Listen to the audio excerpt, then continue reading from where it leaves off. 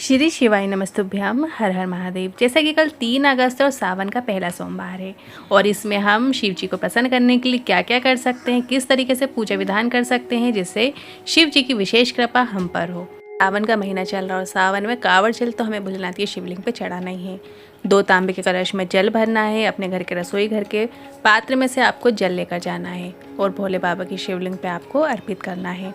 कांवड़ जल चढ़ाने के बाद आप भोले बाबा का पंचामृत से भी अभिषेक कर सकते हैं। दूध, दही, घी, शक्कर, शहद, इन सभी सामग्रियों से, क्योंकि सावन का पहला सोमवार है तो इन 5 चीज़ों से भी बाबा का अभिषेक आप कर सकते हैं। साथ ही पूरा अच्छे शुद्ध जल से स्नान कराने के बाद बाबा को त्रिपुंड बनाइए। त्रिपुंड बनाने का भी एक तरीका गुरुजी ने बताए हैं कि सबसे पहले जो अंगूठे के पास वाली जो 3 उंगलियां होती हैं उनका प्रयोग करना है त्रिपुंड बनाने के लिए। जो सबसे छोटी उंगली होती है उसके पास की जो 2 उंगलियां हैं उनका सबसे पहले प्रयोग करना है त्रिपुंड बनाने के लिए। आप अष्टगंध चंदन या लाल चंदन का प्रयोग भी कर सकते हैं। और इसके बाद जो तीसरी रेखा होती है, 2 रेखा तो आपने छोटी उंगली के पास वाली 2 उंगलियों से आपने जो खींची है, उसके फिर सबसे लास्ट वाली जो रेखा होती है वो आपका अंगूठे के पास वाली उंगली से खींचना है। इस तरीके से ब्रह्मा, विष्णु, महेश का प्रतीक होता है। त्रिपुंड की 3 लाइन आपको इस तरीके से बनानी होती है। इसके अलावा आप जहाँ जहाँ अष्टगंध चंदन लगाते हैं, जैसे आपने जलाधारी में गणेश जी के स्थान पे आपने अष्टगंध चंदन लगाया, कार्तिकेय जी के स्थान पे अष्टगंध चंदन लगाया, फिर अशोक सुंदरी माता के स्थान पे आपको कुमकुम लगाना है। और जो गोल कटी भाग है माता पार्वती के हस्त कमल है, वहाँ पे भी आपको रोली कुमकुम का प्रयोग करना है। और इसके बाद शिवलिंग पे तो आपने त्रिपुंड बना ही दिया है। अब जहाँ जहाँ आपने चंदन अर्पित किया है वहाँ वहाँ आपको 1-1 चावल का दाना ज़रूर अर्पित करना है। अगर आप गणेश जी के स्थान पे 1 चावल का दाना अर्पित करते हैं तो वो आपको बुद्धि देते हैं। कार्तिकेय जी के स्थान पर 1 चावल का दाना आप अर्पित करते हैं, वो आपको बल देते हैं। साथ ही आपके घर में जो बच्चे हैं उनको दीर्घायु देते हैं और स्वस्थ रखते हैं। तीसरा चावल का दाना जब आप अशोक सुंदरी माता के स्थान पे अर्पित करते हैं तो जो रुके हुए कार्य होते हैं वो आपके बनने लगते हैं। चौथा चावल का दाना जब आप माता पार्वती के हस्त कमलों में अर्पित करते हैं तो अखंड सौभाग्य आपको प्रदान करती हैं। इसके बाद जब भोलेनाथ की शिवलिंग पे आप 1 चावल का दाना भी यदि आप अर्पित करते हैं तो आपकी सर्व मनोकामना जो होती हैं वो पूरी होती हैं और आपके ऊपर शिव जी की विशेष कृपा होती है। इस तरीके से शिव परिवार के साथ जब आप इस तरीके से पूजा करते हैं तो जल्दी ही आपको शिव जी की प्रसन्नता प्राप्त होती है।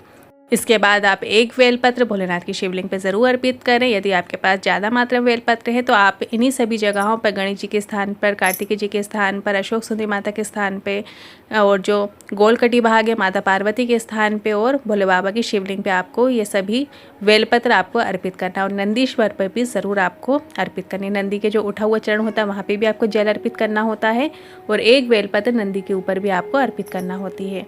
और 1 घी का दिया ज़रूर लगाइएगा। इस तरीके से आप छोटे रूप में भी पूजा कर सकते हैं भोले बाबा की।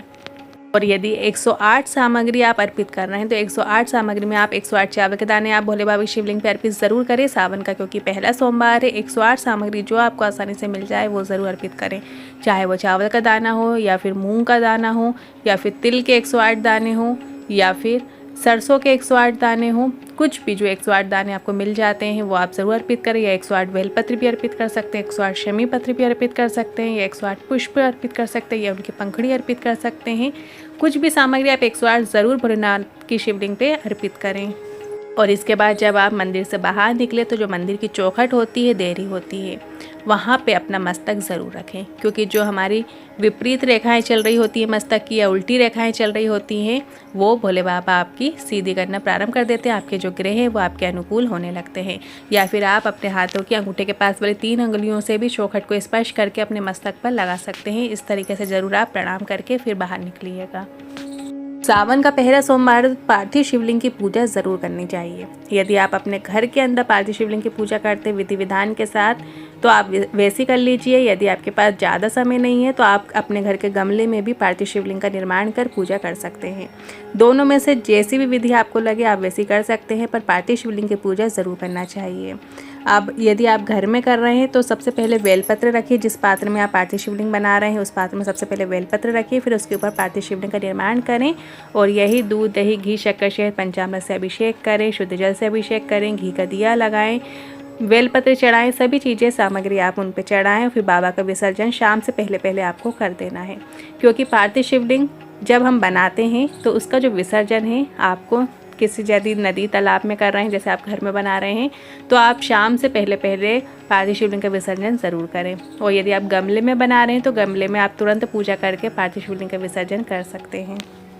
गमले में भी आप तुलसी जी के गमले को छोड़कर अन्य किसी भी गमले में पार्थिव शिवलिंग का निर्माण कर सकते हैं। वहीं की मिट्टी को थोड़ा सा ऊंचा करके फिर थोड़ा सा जल से अभिषेक करके, वहाँ पे आपको पंचामृत का अभिषेक नहीं करना होता, क्योंकि गमले में जो पौधा लगा होता है उसको हानि ना पहुँचे, क्षति ना पहुँचे, इसलिए सिर्फ जल से ही आपको अभिषेक करना होता है।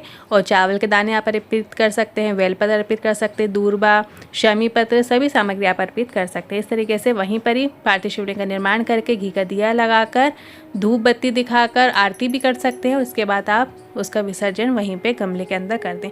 अब कई लोग क्वेश्चन करते हैं कि हम विसर्जन करते हैं पानी में और हमारे पार्थिव शिवलिंग बने रहते हैं, पर वो आप बने रहने दीजिए, उससे कोई दिक्कत नहीं, कोई उन्हें मिटाना नहीं होता है। कई कमेंट्स भी ऐसी आती हैं कि पार्थिव शिवलिंग आपका दिख रहा है, विसर्जन तो हुआ नहीं है।